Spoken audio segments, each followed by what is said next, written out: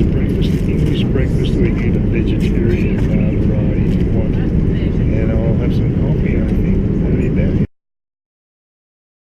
Oh, well, they didn't disappoint at immigration here again. They got flunked the thumbprint test yet again. Had to go to the side counter, do it again. Apparently it worked on their ones there.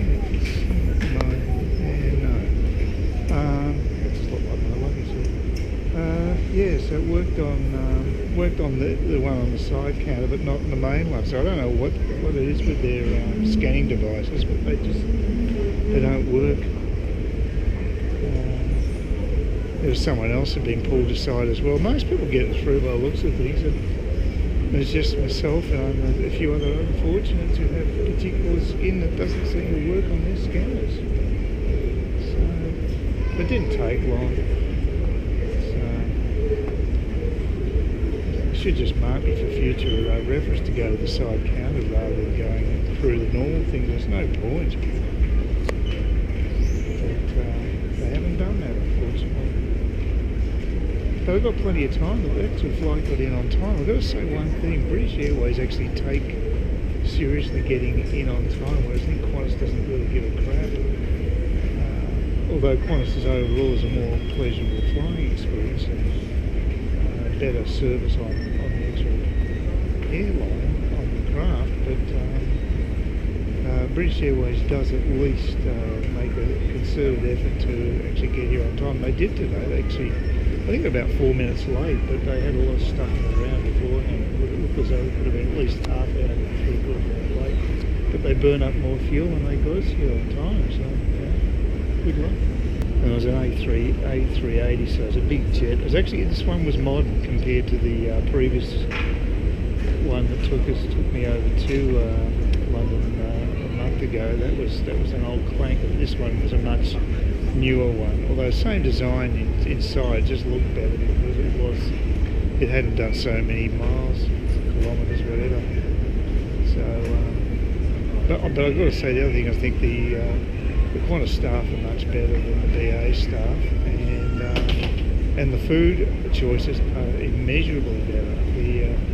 I was really amazed at the menu offered on the Qantas flight compared to the BA one. It's basically got 2 choices for both meals.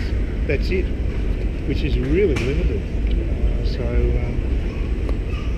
Yeah, it surprised me, I have to admit it, but the Qantas is actually holds up pretty well. They've definitely improved, and I think BA needs a bit of work to be done. Anyway, I'll do a formal video on that. Nothing else to do at the moment, just wait. So my next flight's about 7:50 and it's only a little after, about 4:30 at the moment, so I've got plenty of time. I just hope my luggage arrives because it had to go from Madrid. It could be dodgy. I've never lost luggage before, but also it's broken too. That's the other problem. Hopefully it's here somewhere. There's a hell of a lot of luggage to go through. But I'm not really rushed. I've got stacks of time. Okay, just got the check-in done at Jetstar. Pretty easy. They actually had a person, a girl helping people out there, and there's no one really queuing here. It's fairly early, and the girl said, yeah, you can use the machine to do your boarding pass. So I said, oh, do I have to? Because I'd prefer to just get a person. She said, oh, it's faster. Well, that's total crap.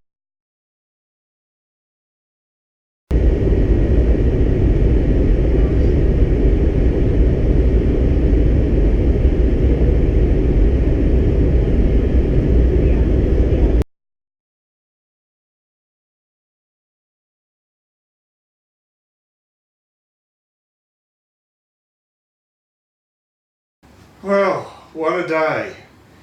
I wanted to actually film this as soon as I had settled into the Nest, which is the apartment I have in Saigon, in District 7, which is probably better to call it part of Ho Chi Minh City, seeing it's a different district to the centre. I was a little worried when I was on the plane. I actually noticed that there was a different address to the actual physical address here to collect your keys, I thought, oh no, another complication, just what I don't need. Things have been going relatively smoothly over the last 48, well, about 36 hours, I guess, since I left Seville. Things better than I could have expected, actually. So, except for one major glitch is when I had the handle of my suitcase disintegrate. The damage was caused previously by a baggage handler, presumably in Spain. It could have been London, either London or Spain anyway, because the damage revealed itself once I'd landed in Spain. And part of the handle, which is just made out of plastic, had broken off. There's a big gap there, so it's obviously weakened it to quite an extent.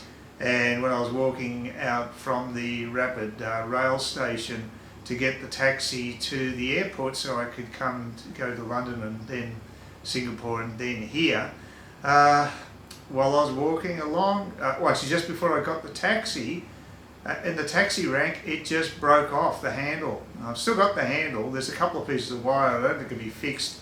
If there's any way you can afford to get something like that fixed, it's actually in Saigon. But I'm thinking maybe I should think about getting a larger suitcase that's better made. So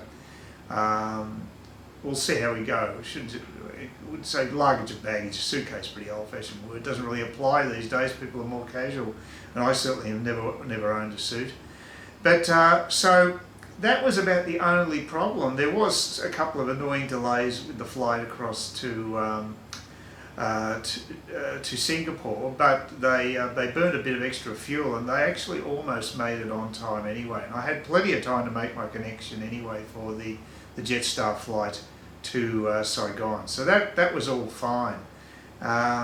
And everything worked out pretty well. It's the first time I've been able to get through immigration in time to actually collect my luggage off the belt, because I didn't have to go to a visa on arrival beforehand. It was a reasonable line in immigration, and I did switch, and I actually paid the price for that, switched lines, and I thought it'd be faster and ended up being slower, but only marginally. And my luggage had just come out when I got down there anyway, so I really didn't lose anything. However, yeah, well, I got the taxi. Actually, it's the most expensive taxi fare I've had to pay. It was 300,000 dong, and the most expensive prior to that would be about 200,000. However, I think the driver was inexperienced and knew his way to District 1 because that's where he gets most of his fares.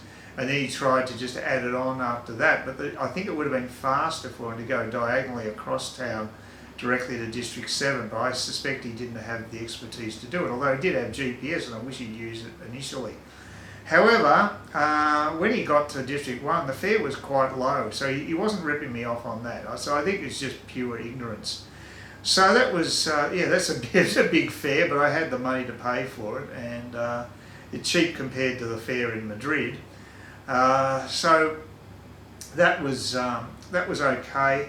But what I was worried about is that the address I noticed on the flight over, just before I'd landed in the airport in Saigon, I thought, hold on, I've got to go and collect the keys from a different address to where I'm actually staying. I thought the reception was in the same building, and I was wrong. But as it turned out, the cab driver couldn't find it. He had to ring him up, which is a smart thing to do, and he got it clarified, and it was just round the corner, and that was all fine.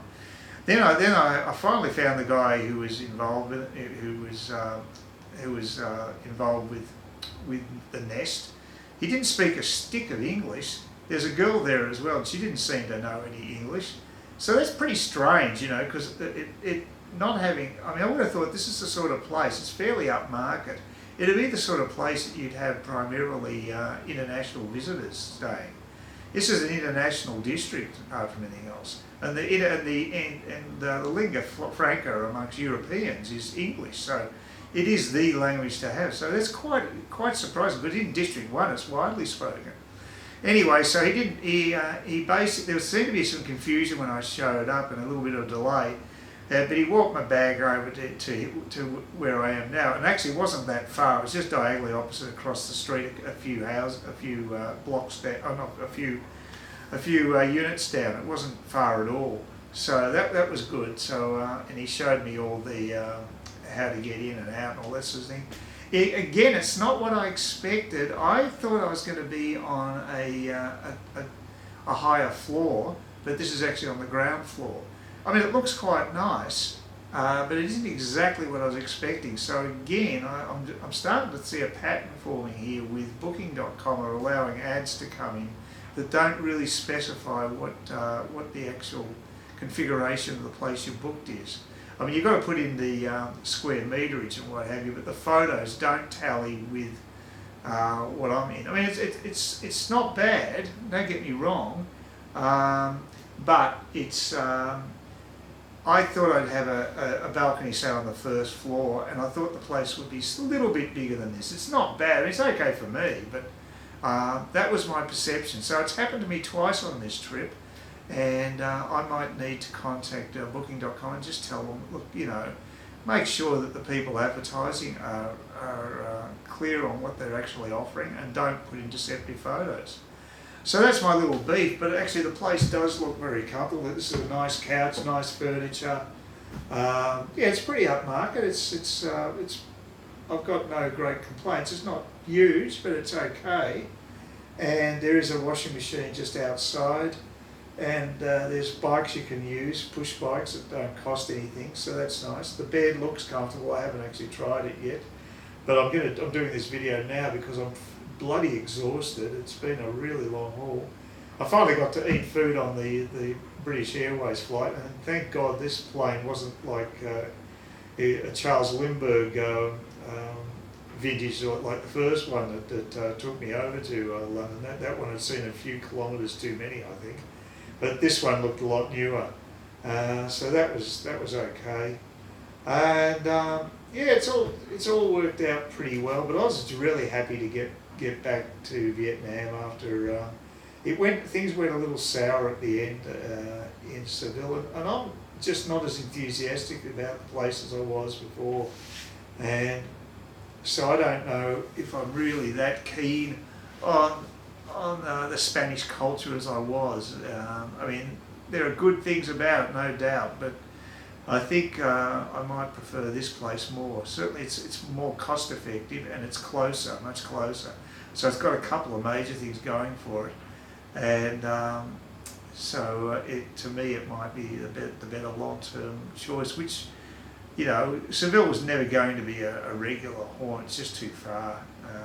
So, you know, I'm so glad that these free flights are over for the day, because I've had more than my fill of being on aircraft, and I am bloody tired, and I think I'll sleep extremely well tonight. So just wanted to do this little update. By the way, my GoPro actually ran out of juice, so that's why I'm using this particular camera.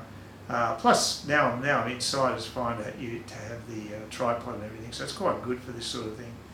And I think I've got enough light here to get a decent image compared to what I had in that other apartment in Seville, which was quite dark. I think I've got natural light for the bathroom, so that's a nice positive here too. So we'll see how it all turns out. I'll be looking for an apartment anyway when I next come here. I'm looking at something a bit more permanent, so we'll see how that goes as well. But while I'm here, I'll enjoy this place, and I'll be using Grab to get to District 1, which will be a lot cheaper than using a taxi. So I'm not worried about the travel so much, because I know I can get a much better deal. And when I go back to the airport, I'll use a Grab car as well, because I've got Wi-Fi here. I haven't checked it out yet, but I'm presuming it's all right. And I'm going to get myself a decent SIM card too. God, I'd like to have a decent SIM card after that fiasco in Seville with that Spanish SIM card. It was absolutely useless. So anyway, a good night's sleep in order. I think it's around 9:30 now, so I don't know what it is in the actual hours of. It's probably a little earlier than that, because of this is a 5-hour difference in time zones. But given all the, I didn't sleep that much. Of course, there was a crying baby as well, with some guy who seemed to relish sort of parading the baby around parts of the plane as if it was some form of trophy. So yeah, that's weird phenomenon. Guys doing that. Anyway, so that's I'm here. I'm semi-settled, and tomorrow I'll hit the road and find out what the food's like locally, and then get myself a SIM card in the afternoon, and then get back to bar number 5.